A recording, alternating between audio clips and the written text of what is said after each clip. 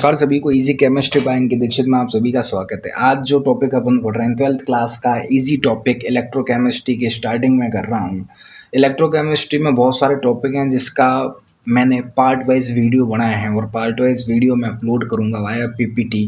ध्यान से पढ़िएगा, कुछ भी अगर इशू होता है, कुछ भी प्रॉब्लम होता है तो मैंने डिस्क्रिप्शन में नंबर दे रखे हैं, आप पर्सनली मुझे मैसेज कर सकते हैं और प्रॉब्लम सॉर्ट आउट कर सकते हैं। इलेक्ट्रोकेमिस्ट्री में होता क्या है, मोस्टली सेल का एक्सप्लेनेशन मैं आपके सामने फर्स्ट पार्ट में कर रहा हूँ। जनरल इंट्रोडक्शन दे रहा हूँ केमिस्ट्री क्या है। तो इसमें एक इलेक्ट्रोकेमिकल सेल आती है। देखिए इलेक्ट्रोकेमिकल सेल का क्या मतलब होता है, जिसे अपन विद्युत रासायनिक सेल के नाम से भी जानते हैं।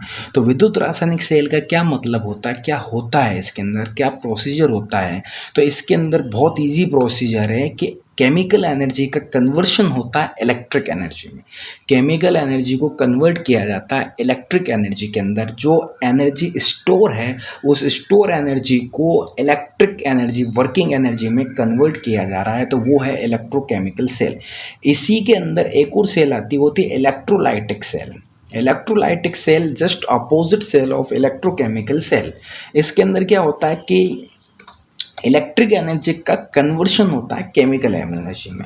इलेक्ट्रिक एनर्जी को स्टोर किया जाता है किसमें, एज ए केमिकल के फॉर्म में, तो एज नो इलेक्ट्रोलाइटिक सेल। यानी अपन बोल सकते हैं दोनों एक दूसरे के अपोजिट हैं। इलेक्ट्रोकेमिकल सेल और इलेक्ट्रोलाइटिक सेल में क्या अंतर है, जो केमिकल ऑलरेडी स्टोरेज है एनर्जी का हम यूज़ कर रहे हैं वर्किंग एनर्जी में, तो वो है इलेक्ट्रोकेमिकल सेल। और अगर हम वर्किंग एनर्जी का यूज़ कर रहे हैं स्टोरेज एनर्जी में, मतलब हम किसी चीज़ को चार्ज कर रहे हैं, मैं आगे एग्जाम्पल में समझाऊंगा, पर electric energy convert to chemical energy as no electrolytic cell. इन दोनों में रिडॉक्स रिएक्शन होती है। ध्यान से समझिएगा, रिडॉक्स मतलब ऑक्सीडेशन एंड रिडक्शन, ये दोनों में रिडॉक्स रिएक्शन होती है। रिडॉक्स रिएक्शन की वजह से ही एनर्जी जनरेट होती है और उसी एनर्जी का हम यूज़ करते हैं। मैं आपको एग्जांपल में एक्सप्लेन करता हूँ, आपको ज़्यादा समझ में आएगा। देखिए क्या होता है, ये जो सेल हैं जिन्हें हम घड़ियों के अंदर हम यूज़ करते हैं, घड़ियों के अंदर लगने वाले सेल, पेंसिल सेल, इस तरीके की आपने बैटरीज देखी होंगी, इस तरीके की आपकी फ़ोन में लगने वाली बैटरी आपने देखी होगी, इस तरीके के इन्वर्टर में लगने वाली आपने बैटरी देखी होगी। ये जितने भी एग्जाम्पल मैंने अभी आपकी स्क्रीन पर दिए हैं, सारे के सारे एग्जाम्पल कैसे हैं, ऑलरेडी बैटरी के अंदर केमिकल है, वो चार्ज है। हम कोई तार, अब जैसे हम फ़ोन यूज़ करते हैं तो तार यानी चार्जर साथ में ले लेके थोड़ी घूमते हैं।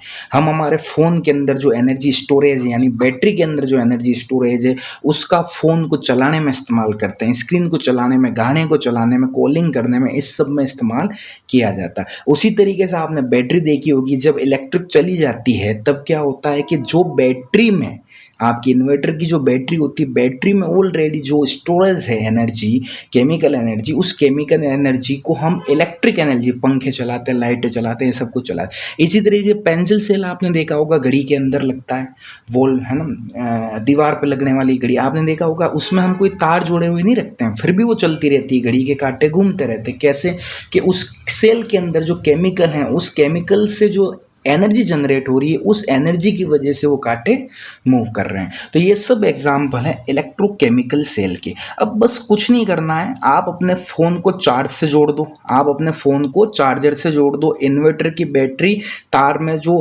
तार से जुड़ती, जब एनर्जी लेती है, सबसे ईजी है, आप अपने फ़ोन को चार्जर से जोड़ दो तो वो कन्वर्ट हो जाएगी इलेक्ट्रोलाइटिक सेल में।